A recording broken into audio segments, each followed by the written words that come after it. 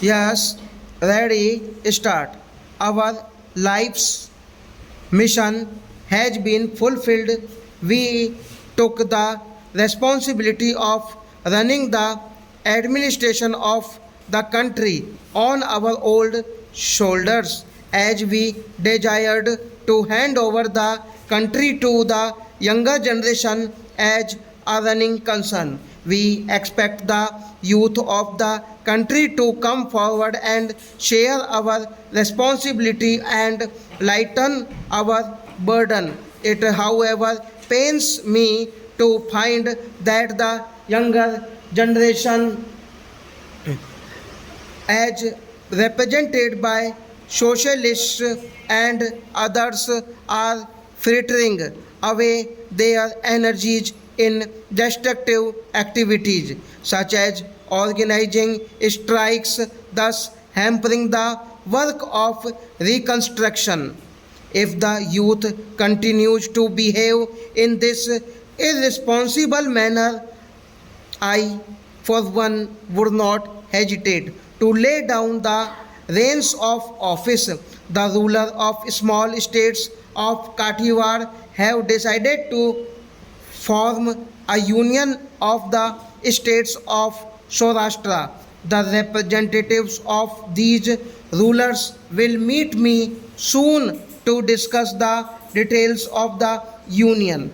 It is a great relief that Gandhiji has broken his fast. I shall not, however, stop at this.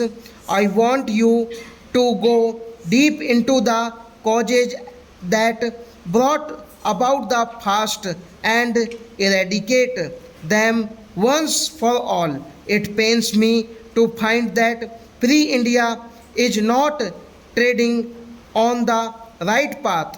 What happened in the country during the last 5 months has hurt the noble soul of the Mahatma.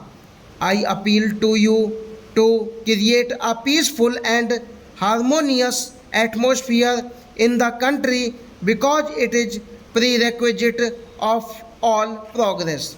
I strongly repudiate the charge that Congress ministries are following the same high-handed and antiquated methods used by the old British bureaucracy and that congressmen have become capitalists. The division of the country has created several new problems which have immensely taxed our brains during the last 5 months. We need a powerful army for defense.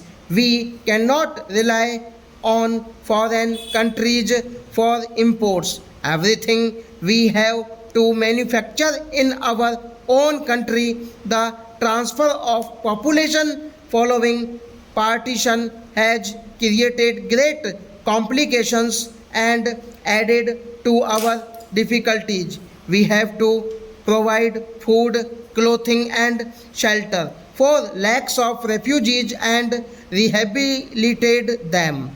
We have always taken the socialists into our confidence.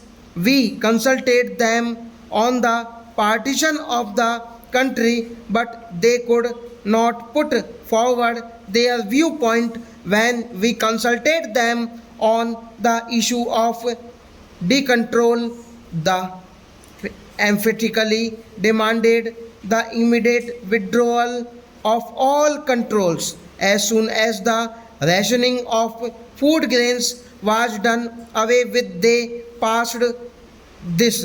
Whatever else may be said against the present ministry in Bengal, there is at least one thing about which there is no dispute, that after many years Bengal has secured a band of workers whose honesty and incorruptibility are not in question.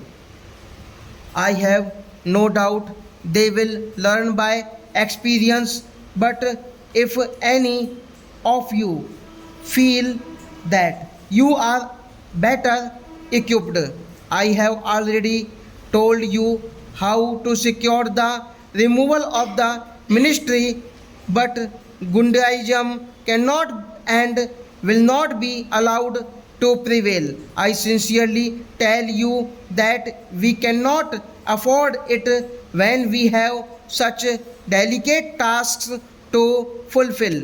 The country is saved from fragmentation by the accession of states, otherwise, the Rajasthan would have been something worse than Pakistan. There is all round scarcity of customers' goods. The moral is pain.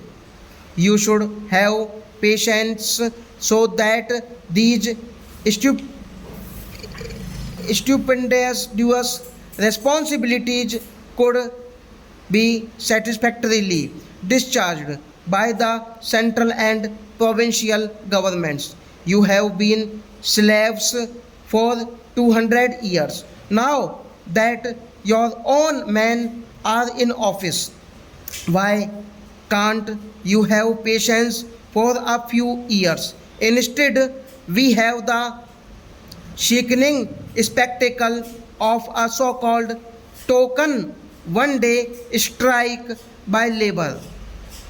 In Bombay, after their representatives had subscribed to 3 years of non strike tours, that what for was the strike organized admittedly to show that leadership of labor is with the organizers. This is sheer nonsense. Holidays with pay are always welcome to anyone. A strike of this kind, which does not involve loss of wages, cannot therefore show with whom the leadership lies. Calcutta has had a taste of a general strike once. I hope you have not forgotten its lesson, and in all humility, I ask you to avoid its repetition. I have been blamed that I am a friend of Rajaj capitalists and Jamindars, but I claim to be a friend of labor and the poor as well. Since I have followed Gandhiji, I have resolved not to own any property and I have none. But like Gandhiji, I want to make the capitalists also understand which way their true duty lies. I cannot succumb to the prevalent fashion to pose as leader or to attempt to gain leadership by abusing princes, capitalists, etc. without rhyme or reason.